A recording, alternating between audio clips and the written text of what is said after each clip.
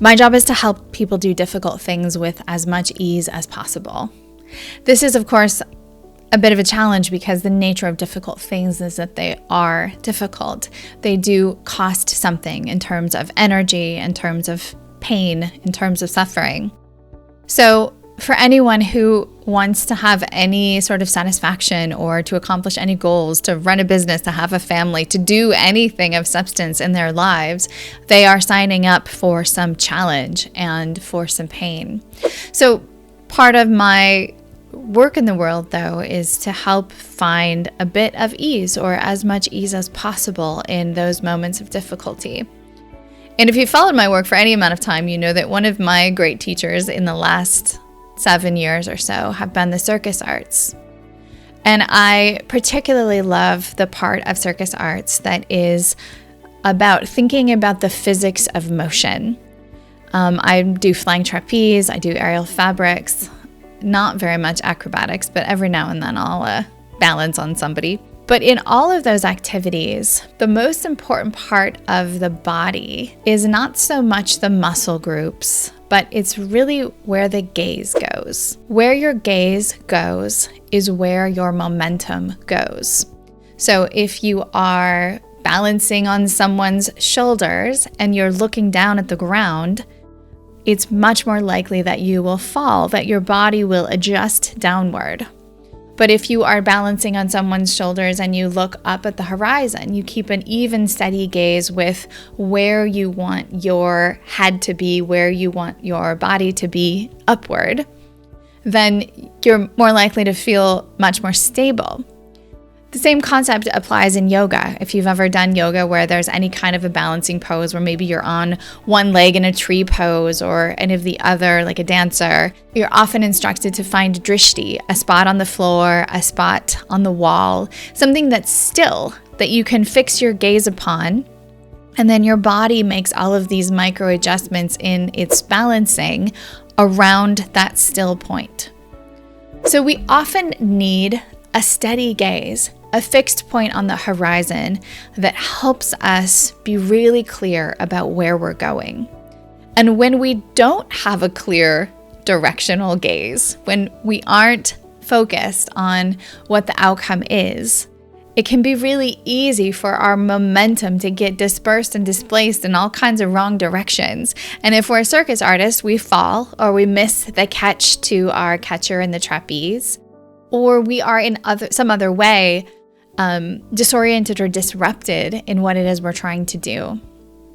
But if we can keep a steady, fixed gaze on the thing that we want, then we're much more likely to accomplish it. It sounds kind of obvious, but I find it somewhat surprising how many people I talk with that don't have regular habits around steadying their gaze. I guess other language that we could use to describe what I would say is steadying their gaze as being intentional with your energy, keeping clear on your goals, knowing what it is you're manifesting, depending on whatever language works for you. But how do you reset and reestablish your focal point? Do you do that every day? Do you do that every month? How do you keep attuned to where your focal point should be in order to get to where you want? I think this idea of taking the time to really do a deep dive into the full picture of your dreams for your life. I mean, the full thing. What do you want your bank account balance to be? What do you want your relationships to be like? What do you want your sex life to be like? What kinds of relationships do you want to have with your children? As you think forward 5, 10, 15, 20, 25 years, do you have a through line? Like, do you have a trajectory that goes all the way through from this moment to the end of your life that could be that focal point, that guiding point? I don't know that we spend enough time dreaming into the big picture. I know lots of entrepreneurs are really great about developing those actionable goals, those SMART goals that are specific and measurable and all those things. But I'm talking about the bigger picture, the gaze. Because when you have a steady gaze, when you have a sense of where it is you're going, a lot of those details kind of fall into place if you're able to keep your gaze where it should be. One danger is that we spend too much time simply reacting to circumstances and conditions that become part of our lives, rather than proactively thinking into or dreaming into what we want our lives to look like. We're more of like a cleanup crew than a construction crew, actively making and creating the life that we want. And so I think a process of constant or continuous visioning, where we are checking in with our big picture gaze point periodically, I would say at least quarterly, that you sit down, take some kind of a retreat, take some time out from the day-to-day of construction of your life, and really think about what the blueprints are. What is it that you're making? And are you in alignment with what it is you're making? And I think there are a couple of different areas that you might do that with. Of course, one is your business, the business that you're building. And related to that is your finances. But also thinking about your relationships, your primary romantic relationship, maybe relationships with your children, your friendships, your relationships with your extended family, your relationships with your community, and maybe what kind of legacy you're wanting to leave. What's the mission that you are on that you want to fulfill in this very short period of life that you have? Getting as clear as you can about those different areas of your life, how you want to care for your body, how you want to care for the planet maybe. Setting your gaze on the direction that you want to go across all vectors of your life. Some people call this manifesting, this idea that you can will things into being. And I'm not totally sure about all of the magic of that, but I am sure that your momentum goes where your gaze goes. So I guess this is my version of that.